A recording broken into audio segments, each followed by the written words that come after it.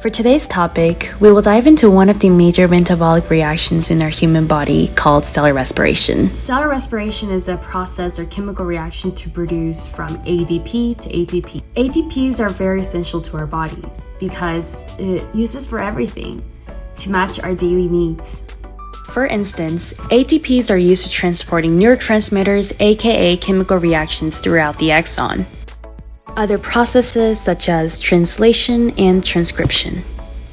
ATPs are also used in cell cycles like mitosis, including the checkpoints, and it is also used the opening and closing of sodium and potassium pump for the action potential. Without enough production of ATP, our body cannot effectively function and lead to serious diseases.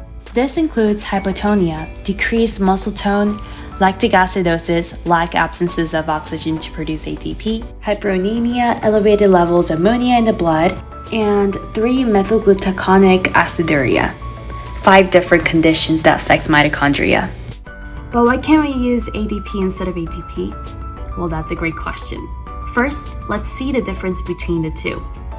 ADP has 2 phosphates, ATP has 3 phosphates.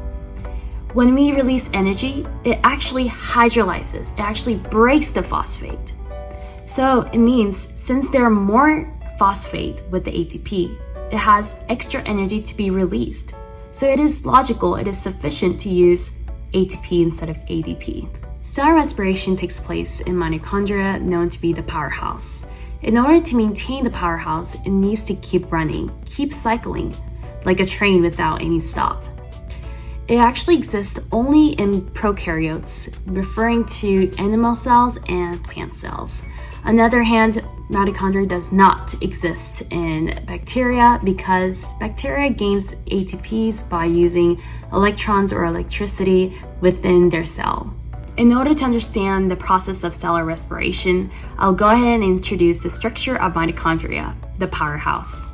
First, we see that there are 2 layers of membranes like chloroplast, outer and inner membrane. H+ on the drawing refers to protons. Usually, the intermembrane space, which is a gap between inner and outer membrane, is stuffed with protons known to be energy. More protons means more acidic, thus strengthening the gradients for the ATP synthase. Outside of mitochondria cytoplasm, where glycolysis happens, Krebs cycle happens in the matrix, and lastly, ETC occurs in the inner membrane. The first major step in cellular respiration is glycolysis. Glycolysis occurs in the cytoplasm, and the first input is the glucose that consists 6 carbons. Remember, the purpose of glycolysis is to break down the glucose, and glycolysis can occur without oxygen. The second input is the 2-NAD+, the third is ADP. Glucose converts into 2 pyruvates consisting 3 carbons for each. 2-NAD+ converts into 2-NADH, which is a reduction. This means that it gained electrons. 2-NADP converts into 2 ATPs. For the additional step, pyruvate oxidation happens in the matrix. The input will be the 2 pyruvates converting into 2 CoA. The second step is Krebs cycle that occurs in the matrix. The first input is 2 CoA, the second is 2 ADP, 6 NAD+, lastly 2 FAD. The output of Krebs cycle is 4 carbon dioxide, and that is why we breathe out carbon dioxide. It is one of the byproducts in cellular respiration. The second output is the 2 ATPs, 6 NADH, which is a reduction, and 2 FADH2 will also be reduction, which means gained electrons.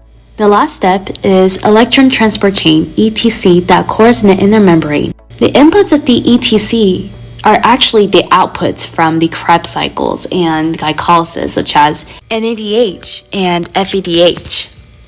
Another input is oxygen that floats around the matrix. This makes a total of 34 ATPs. Remember, oxidation is loss of electron, reduction is gain electrons. And Krebs cycle and the ETC cannot function without oxygen. ATC loves to recycle. For instance, NADH becomes NAD+, and that NAD+ goes back into Krebs cycle or glycolysis. FADH2 becomes FAD. This is the animation of ETC.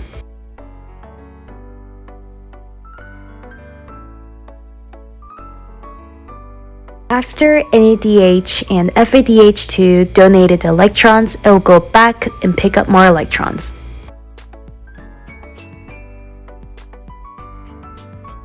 I want to point out that in order for enzyme to transport into another enzyme, it needs protons to go across first.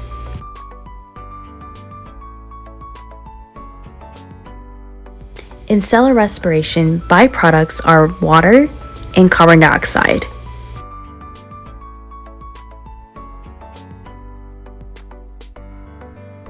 Another thing that I want to mention is that the purpose of electron is to strengthen the gradient for the ATP synthase to produce ATP. As you have seen, protons go from matrix to intermembrane, making more acidic than the inside.